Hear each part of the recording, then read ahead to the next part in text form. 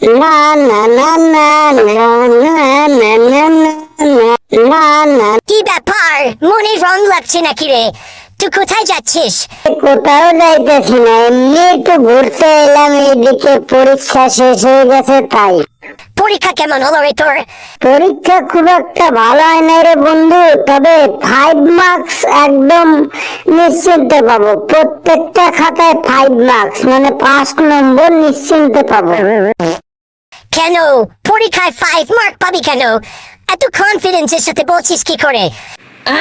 আরে দেওস নাই, প্রত্যেক প্রশ্নের উপরে লেখা ছিল খাতা পরিষ্কার পরিচ্ছন্নের জন্য 5 নম্বর করে দেওয়া হবে। তো আমি তো কোনো খাতায় কোনো দাগই দেইনি, পুরো সাদা খাতা জমা দিয়েছি। তাই একদম পরিষ্কার পরিচ্ছন্নের জন্য যে 5 নম্বর আছে সেইটা আমি নিশ্চিত পাবই। হায় রে হায়, আমিও তো তোর মতো পরীক্ষার খাতায় কলমের একটা খোঁচাও মারিনি। টিচার খাতা দেখে বলবে না তো আমরা নকল করেছি? কি একটা সর্বনাশ হয়ে গেল রে বন্ধু। আরে এই সমস্ত স্যার, জানিস বন্ধু, একটা ছোটবেলার কথা মনে পড়ে গেল। আমি একবার 5 তলা বিল্ডিং থেকে নিচে পড়ে গেছিলাম ছোটবেলায়। ও মা, তারপর কি হলো রে? জানি না বন্ধু, ছোটবেলাকার কথা তো, আমি তখন খুব ছোট ছিলাম, আমার মনে নাই বন্ধু। জানিস, আমি একবার হেলিকপ্টার থেকে পড়ে গিয়েছিলাম। দূর, সব মিথ্যা কথা। সত্যি বন্ধু, আমি হেলিকপ্টার থেকে পড়ে গিয়েছিলাম। হেলিকপ্টার থেকে পড়লে কি কেউ আর বাচ্চা থাকে? তুই কি এখন আর আমার সামনে থাকতি? হেলিকপ্টারটা তখন হেলিপ্যাডে দাঁড়িয়েছিল, উড়ছিল না তো, তাই পড়ে গিয়ে কোনো ব্যথাই লাগেনি। তাই ক, আমি তো ভাবলাম যে তুই উড়ন্ত হেলিকপ্টার থেকে পড়ছস। জানিস বন্ধু, কালকে আমার মাথার উপর দিয়া একটা এক্সপ্রেস ট্রেন চলে গেল। কি বলিস? এটা কখনো হয় নাকি? মাথার উপর দিয়ে ট্রেন চলে গেলে কেউ আর বেঁচে থাকে নাকি? এটা আমাকে বিশ্বাস করতে হবে, আমি বোকা নাকি? এটা আবার বিশ্বাস না করার কি আছে? আমি তখন ব্রিজের তলায় দাঁড়াইছিলাম। ওই আমাদের বাড়ির পাশে যে ট্রেনের ব্রিজটা আছে, ব্রিজের তলায় তখন আমি দাঁড়াইছিলাম, আর উপর দিয়ে এক্সপ্রেস ট্রেনটা চলে গেল। তোদের বাড়িতে সবাই গানের বিষ ভক্ত, সবাই গান পাগল, সবাই কেবল গান গায়। কি দেখতে বুঝলি বন্ধু? সেদিন দেখলাম যে তোদের বাথরুমে ঢুকছে সেই গলা ছেড়ে গান গাইছে, দেখে মনে হলো সঙ্গীত ফ্যামিলি।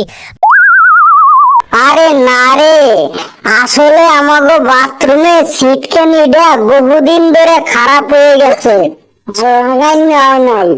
তাই যেই বাথরুমে ঢুকে জোরে জোরে গান গায়, তাহলে বুঝতে পারে যে বাথরুমের মধ্যে কেউ আছে। বাহ রে বাহ, বুদ্ধিটা তো খুব সুন্দর বুদ্ধি রে।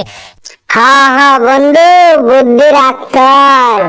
জানিস বন্ধু, গত রাত্রে না আমাগো বাড়িতে চোর আইছিল, চুরি করে সব কিছু নিয়ে গেছে।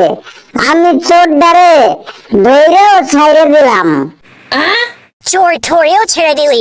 সব নিয়ে গেল, তাও চোর ধরে তুই ছেড়ে দিলি কেন বলতো? ছাড়লি কেন চোরটাকে তুই? আরে বুদ্ধি বাড়ানোর জন্য ছাড়লাম, বুঝলি? আমার বুদ্ধি বাড়ানোর জন্য ছাড়লাম। বুঝলাম না ব্যাপারটা, চোরের সাথে তোর বুদ্ধির আবার কি সম্পর্ক? তুই জানিস না, চোর পালালে বুদ্ধি বাড়ে, তাই আমি চোর দ্বারে ধৈরেও ছাইড়ে দিলাম, যাতে চোরটা পালাই গেল আর আমার বুদ্ধি যেন একটু বাড়ে, তার জন্য ছাইড়ে দিলাম বন্ধু। জানিস বন্ধু, আমাদের বাড়িতেও একবার সেই দুর্ধর্ষ ডাকাতি হয়েছিল। তাই নাকি? তারপরে কি হয়েছিল কত? ডাকাতরা বড় বড় অস্ত্র নিয়ে এসছেন, সে কি এক ভয়ানক ব্যাপার। ডাকাত আমাদের থেকে অস্ত্র ত্যাগ করতেই আমার ছোট কাকা ছাড়া সবার মাথার চুল খাড়া হয়ে গিয়েছিল। তোর ছোট কাকা তাইলে মনে হয় খুব সাহসী মানুষ, তাই না? কেন কিরে বুঝলি? না, সবার চুল খাড়া হয়ে গেছিল, আর তোর ছোট কাকার চুল খাড়া হয় নাই। তাহলে মনে হয় উনি খুব সাহসী মানুষ।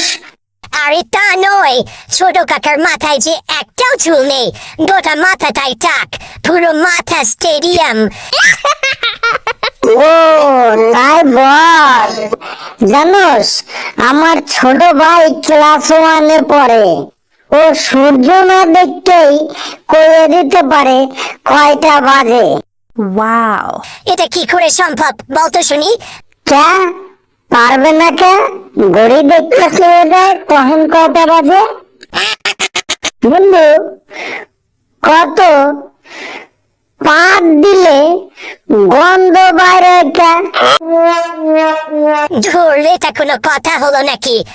আরে যারা কানে শুনতে পায় না তারাও যেন একটু এনজয় করতে পারে। এমনিতে পাত দেওয়ার সময় আওয়াজ তো হয়, হাতে হাতে গন্ধ বাইরে হয়। বেশ বন্ধু, আজকে তাহলে আসি, অন্য একদিন আমাদের বাড়িতে চলে আসিস, মজার মজার গল্প হবে। আমাকে বাড়িতে আজ একটু তাড়াতাড়ি যেতে হবে, ছোট খালা এসছে বন্ধু, বুঝলি বন্ধু? ছোট খালার মেয়েটা তো সেই চাক্কাস, কি আর বলবো তোকে। আসি, বাই, চলে আসিস একদিন কিন্তু।